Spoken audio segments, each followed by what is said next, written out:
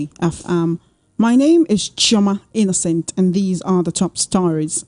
Labour gives governors ultimatum on 35,000 naira wage award as federal government prepares to disburse 1 trillion naira to 61 million Nigerians. APC tackles Babachir Lawal for claiming Obi won presidential election. Labour Party gives Peter Obi 48 hours to make academic records public, clarify discrepancies in credentials, or be suspended.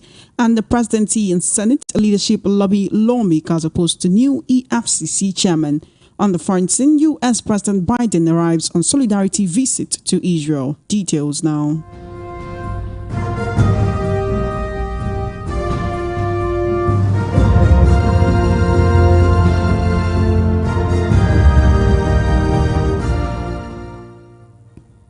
Thank you for staying with us.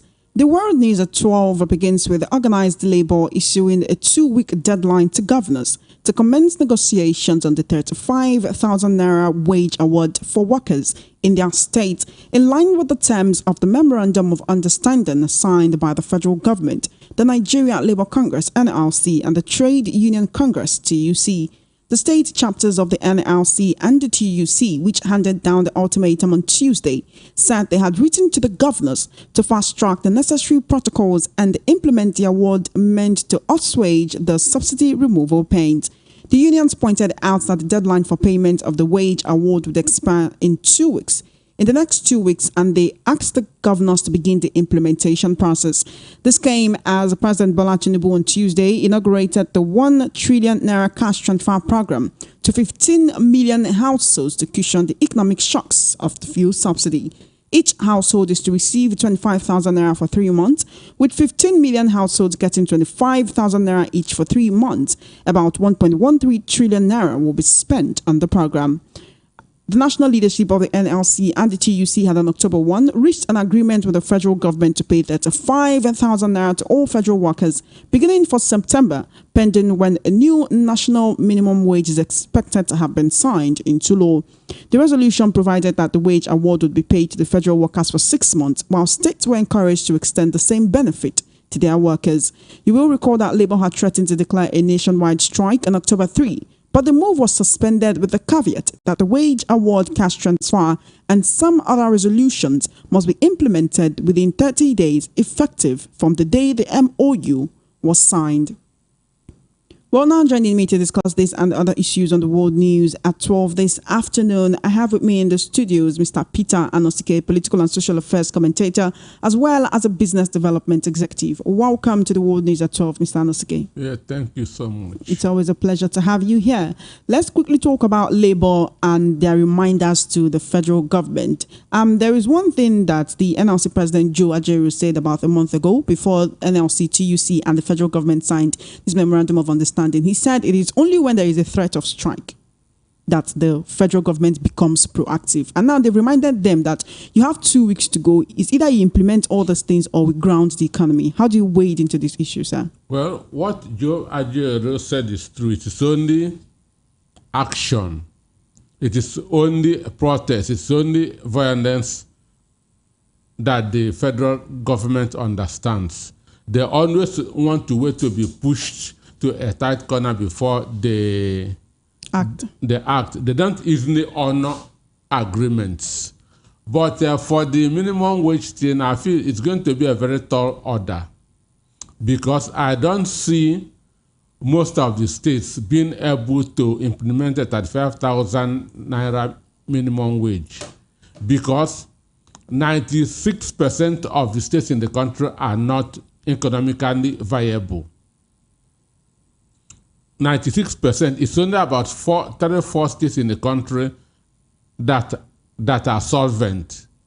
So personally, I don't know how this is going to work. But since there's an agreement, federal government shouldn't wait for NLC and the Trade Union Congress that to go on strike before implementing what was agreed. Agreement should be honored, provided that they enter into it. So, but I see it as a very tall order because most of the states are not even paying the end minimum wage. Some states are still paying 18,000 up to now. So, since there's an agreement, the federal government should try, at least for once, to honor their agreement. Because signing an agreement is one thing, then honoring it is another thing. And that's why ASU is also threatening that to go on their own strike, because they also had an MOU, which is yet to be implemented. All right. Now we have the Kano State NLC chairman Kabiru Inuwa saying that he has written a letter to the state government to demand immediate implementation of this 35,000 naira wage award. This is to go on for the next 6 months, and you also have 25,000 naira to 15 million households. At 4% per household, we're looking at over 60 million Nigerians out of 200 million and above. Will this really solve the issue on ground, the issue of hunger, the issue of high cost of living, high cost of foodstuff, of fuel? Will this really solve the issue on ground? Well, for me, I saw the disbursement of fund as a scam. To start with, how did they generate that 61 million names? The former humanitarian minister under President Muhammad Buhari told us of a social register where they had names. When they were talking about transferring 8,000 to each of the households. So people try to inquire who are on that list. So we don't know how those names came about. How did they get to the 61 million Nigerians that they want to do that transfer? That is one. Then they are talking about the poorest of the poor. So should the poorest of the poor Nigerians have a bank account? If you can have bank account, I don't think that you belong to the poorest of the poor. So for me, this is what they are doing. Again, the same government is talking about giving,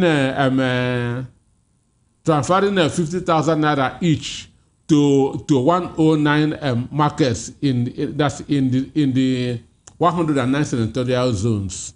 This is not really the way to go. It's not the way to grow an economy.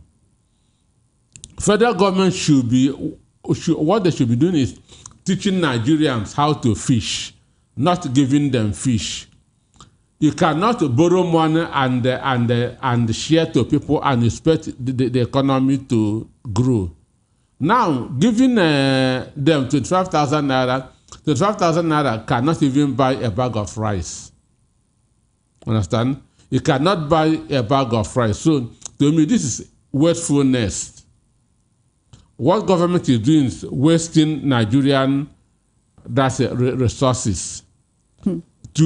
Yesterday, we talked about them buying, spending over 40 billion naira in buying 450 million SUVs to those in the House of Reps and Senate. And each of the cars cost 160 million naira. In a country where most people are going to bed without food, in a country where most of the people don't know when and where the next meal will come from. So what this government is doing is wasting Nigeria resources. For me, they should spend this money on turning our economy around, not sharing money. No economy develops by sharing money. Our refineries, this 1.13 trillion can bring back our economy. It can add to the megawatts of our electricity. It can help in construction of roads. So what they should be doing is to encourage companies to become more productive. When companies become more productive, they will employ people. We begin to grow our economy. To me, this money cannot help any family. A household in Nigeria comprised of a father, mother, and children, depending on the number of children. But they are taking an average of 4. That is that's in a household. We're looking at 6 people. Divide 25,000 by 4. Can 5,000 take somebody for a whole month? So it doesn't make sense. They should think of other ways to spend this money, not by transferring. Understand? All right. Thank you, Mr. Anosike. Let's quickly talk about the 2023 elections. The Apapa faction of the Labour Party has given Peter Obi 48 hours to make all his academic records public and clarify all the discrepancies in his certificate or be suspended by the party. Before we talk about that news story, let's talk about the All Progressives Congress, APC, on Tuesday night berating the former secretary to the government of the Federation, Babachir Lawal, on his remark about the same February 25 elections. Lawal had, in a statement issued earlier on Tuesday, said the Labour Party presidential candidate Peter Obi won the election. The ex-SGF said, and I quote, "Right from the start of the campaigns, Bola Tinubu knew he was not going to win in a free and fair contest, so he decided to go by all means. Available factual data, as aggregated from several independent sources, indicates that Obi got the majority votes, while Atiku came second. Bola came a distant third in the number of votes scored." End quote.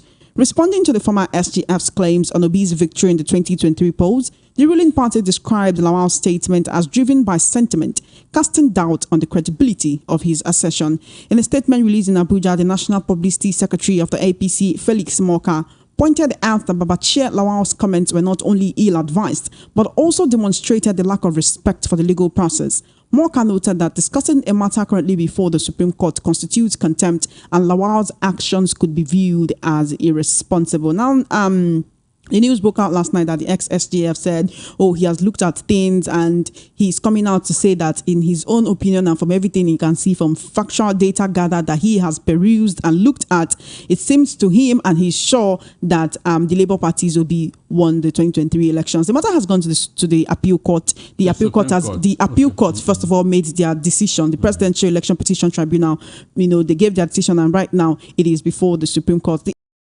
demand, they say it's counseling and pity, and he was also accused of being angry that President Tinubu chose Shetima over him as choice of vice president. This is who we can call a respected elder statesman. He's been in government before. He knows how things work. Is this someone that we should really listen to and say he knows what he's saying? Well, as a former secretary to the federal government, he has more information than most of us. He knows what we don't know. He had higher contacts than most of us. And we rate news by the quality of the person that broke that news. So Babachir will make front page news anytime, any day because of his personality and what he has attained in the society. So something coming from such a person shouldn't be taken lightly. Then, for Moka to say that it is sentiment, I don't see how sentiment can come into this. Because, one, he is not an obedient. He is not an Igbo man. He is from Adamawa. Atiku is from Adamawa. So I don't see sentiment coming to this issue. Then for being angry that Shetima was chosen instead of him, I don't know about that. So then this issue and another important thing is that what he said will not in any way affect what is going to be declared in the Supreme Court. That it will add or minus anything, it will not add anything and will not minus anything because court works with evidences before him and not people's opinion, not what people think or says. So the case is already in the Supreme Court and we are waiting for what the Supreme Court will say. So is this like a personal opinion coming at what one will call the wrong time? Even if he has said it before, he is not a witness. So it is still his own opinion. It is still his own opinion, and he is entitled to it. He is entitled to his own opinion. Then on the Apapa, Nabida Apapa and the Arabambi statement, the Supreme Court about 2 weeks ago affirmed that Julius Abure is the national chairman of Labour Party. So Apapa and the Arabambi has no power to suspend P2B. And if they feel that P2B has a forged certificate, what they shouldn't issue ultimatum. Costs are there. They should go and file cases against P2B. Understand me? They should go and file cases against P2B and not giving him 48 hours ultimatum. Well, one, P2B would not even listen to them. To him, it's like rantings of disgruntled elements. But we all know that P2B's qualification is not in doubt. P2B, his secondary school was in CKC Onitsha. And we all know his classmates and schoolmates, including former Governor Peter Odinde of Rivers State. P2B read philosophy in University of Nigeria and Nsukka. My first degree was philosophy in the same department. So the same teachers that taught him taught me. Understand? So his qualification, his certificate is not in doubt. And today, P2B is building another hall for philosophy department in the University of Nigeria and Nsukka. So we all know his school records. But Arabambi and Apapa are just trying to get noticed. All right. Here are some of the questions that they are asking. Just some of the questions that Arabambi is asking Peter Obi. He says, what was the name on the secondary school certificate and his UNN certificate? Where is his birth certificate? What was the main name on Peter Obi's birth certificate? Why is it that the name on his birth certificate is different from the name on his school certificate? And also, why is it that the name on his school cert is different from the one written on his UNN certificate? Which university mobilized him for his NYSC? UNN. What is the name on his NYSC? Why is the name on his NYSC certificate different from the one on his UNN certificate? And they've actually challenged him and said, if we are wrong in all of these allegations, you can take us to court. But failure to do that, we do give you 48 hours or you'll be suspended. You've said they don't have the ability, they don't have the power, they don't have the right to suspend him from the party, and that these are probably just, ramblings of disgruntled elements. Where then does the Apapa and the Arabambi faction stand? Because Arabambi has said it before that he was part of the team that screened Peter Obi before the primaries. Well, that's when they were won. But in court, they say who alleged should prove. Understand me? If you, Chioma, calls me a thief, it is you that should go to court and prove that I'm a thief. Understand me? So it is them that feel that P2B has a forged certificate should go to court and prove it. Understand? Atiku felt that Tinubu has a forged certificate. He went to court. He went to all the way to the United States. Gani Fawemi in 1999-2000 felt that Tinubu has a forged certificate. Then went to court as far back as 1999.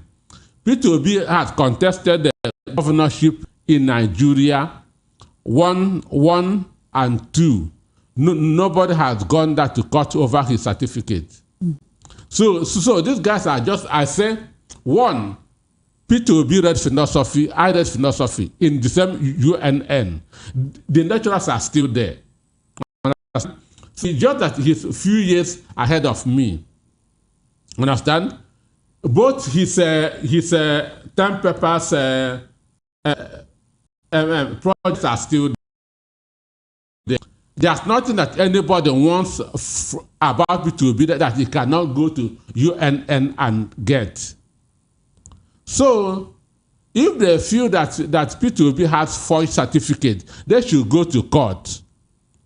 Perjury is a criminal case in Nigeria. Wouldn't they want to see P2B behind bars? Wouldn't they want to see, P2B in prison? So if they feel that P2B has forged certificate, they shouldn't be talking about suspending him. It is a criminal case for somebody to forge certificate. Let them go to court and file that petition.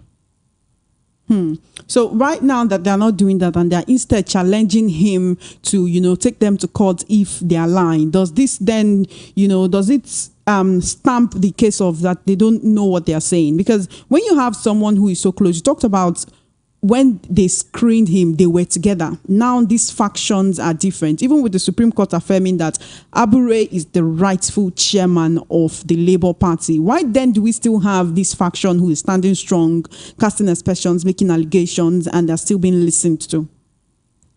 Newspapers want to sell papers.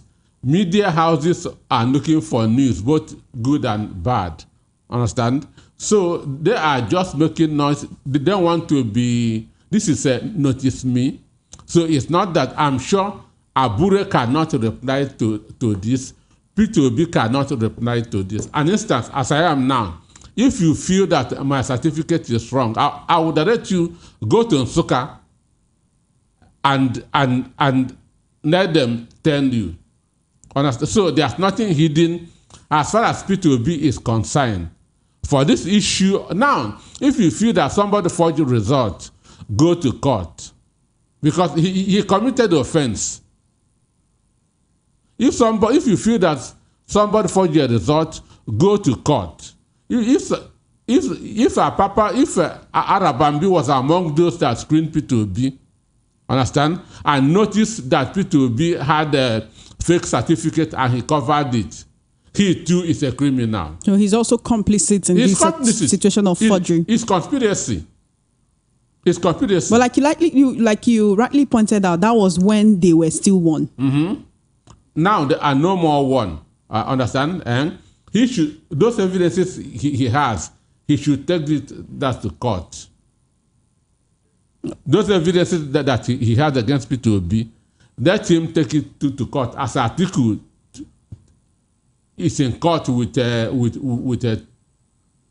Tinubu. So he doesn't know that he is also implicating himself. That somebody has a forged certificate and you covered it and it was submitted to INEC. It's conspiracy. So they don't know what they are talking. If this Apapa faction now, if they don't go to court against Peter Obi, would that then solidify what you've said just now, that they don't know what they are saying? They are just making noise. They are noise makers. They cannot go to court. They have nothing to go. So you're not expecting them to? They will not go. They have nothing to go to court with. Let's talk about the appointment of the new EFCC chairman, which has been opposed on so many different fronts. There was a protest yesterday by members of the Center for Democracy and Human Rights.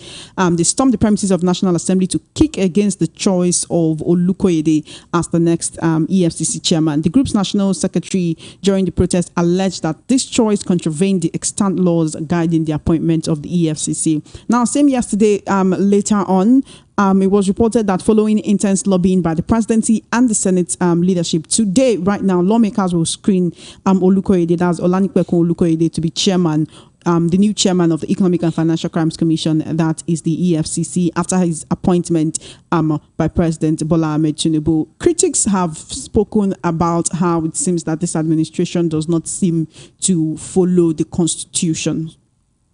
Because a part of the, I think Section 2, subsection 3 of the EFCC Act speaks about how whoever is going to be the EFCC chairman should have worked in law enforcement. And then law enforcement officer. And then most of the people who have been talking about this and why he's not suitable. In fact, it's part of the reason why these people took the protest. They left, they stopped talking online and took it physically to the National Assembly to say that the president is working contrary to the oath that he took on May 29 to protect and defend the laws of the nation. I would like to quickly have your opinion on that before we call it quits. For me, the president has the power to appoint whoever he wants. That power is vested on him to appoint whoever he feels that he will be comfortable working with. But it will not be against the interest of the country, one, and the Nigeria Constitution. He has the power to appoint whoever he wants. Okay, the former boss that he appointed is just somebody who finished the NYSC last year. A 24-year-old boy. He understand, with no experience. But it is within his power to make such an appointment. But whether it is for the good of the country is another question. But for appointment, it is rested on him. That's by the Constitution. Then, for the new EFCC boss, he served as a secretary to Magu, okay, for some years. And he and Magu were suspended, understand, from office. But there was no time that it was said that he had been forgiven. Then the EFCC Act said that for somebody to be appointed the EFCC boss, he must be a law enforcement officer. At least must have held that position for 15 years. But this person has never been a law enforcement officer. Understand? He wasn't a law enforcement officer, and he was not even in the both military or paramilitary. He's a lawyer. So, by qualification, going by the EFCC Act, he's not qualified to be there. But as of being confirmed, Senate is going to confirm him. You have no doubts about that. We are having the 10th Senate is the worst Senate that we are going to have in the country. But they have not clocked up to a year on that seat for you to come to that conclusion. Okay, they say the morning tells you what the day is going to be. This is my reason. The Minister of Tourism, the lady from Sokoto, that they confirmed. In 2020, Buhari appointed that same woman to become the High Commissioner for PENCOM in Northwest. That was in the 9th Senate. She came to the Senate and was rejected. Why? Because she did not have her NYSC certificate. Understand? The 9th Senate, which we felt was a rubber stamp, rejected the presidential appointment. Then this woman was appointed again now as a minister. She's currently serving in Abuja. She's serving in a law firm in Abuja. She's doing her NYSC and at the same time being a minister, which is against the NYSC Act. You cannot do these two things at a time. But the Senate confirmed her why she had not even gotten her NYSC certificate. Permit me to interject, Mr. Anosike. You talked about how the president has the power to appoint whoever he wants. Yes. Then we talked about the EFCC Act and now this particular act as well. Is that say that the Constitution is higher than any other act of any other organization or federal commission? Since the president has the power to appoint whoever he wants, no matter the circumstances. Yes. In Nigeria, we are building individuals, not institutions. If Nigeria is where institutions work, the woman would not have been appointed a minister. But here, individuals are stronger than institutions. Understand? That is why she was appointed, and the Senate confirmed it. That was why she was appointed, and the Senate confirmed it.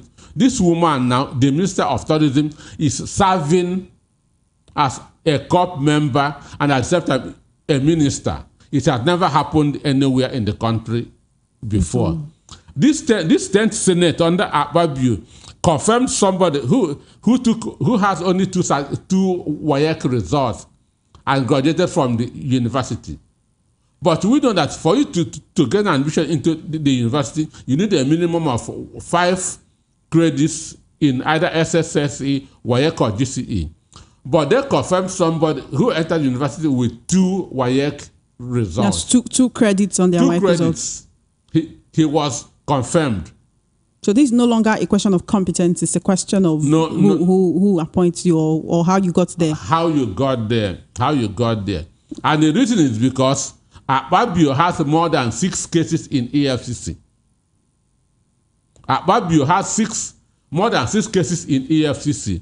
So any day that Buhari and Tinubu send something to him to do and he fails to do it, they will open his case in EFCC.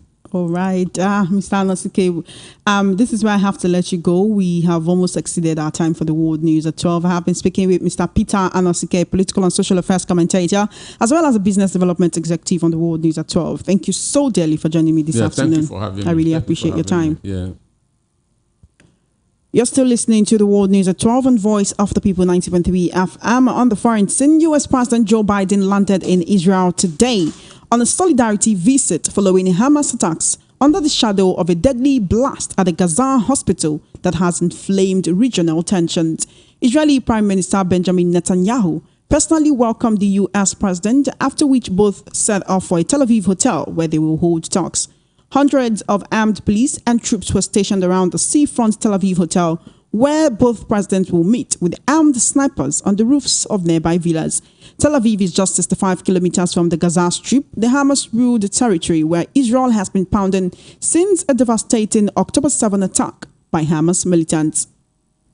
And now to wrap up the World News at 12, let's take a look at the top stories again. You heard that Labour has given the governors ultimatum on 35,000 naira wage award as federal government prepares to disburse 1 trillion naira to 61 million Nigerians. APC tackles Babachir Lawal for claiming Obi won presidential election. Labour Party gives Peter Obi 48 hours to make academic records public and clarify discrepancies in credentials or be suspended. And presidency and the Senate leadership lobby lawmakers opposed to new EFCC chairman. On the foreign scene, U.S. President Joe Biden arrives on solidarity visit to Israel. And that is a wrap on the World News at 12. My name is Ijeoma Innocent. Please follow our social media handles at VOP903FM for coverage of your live events and brand news mentioned on our news bulletins. Do send a mail to news@voiceofthepeople.ng. Good afternoon and thank you for listening. Please stay tuned for matters coming up next.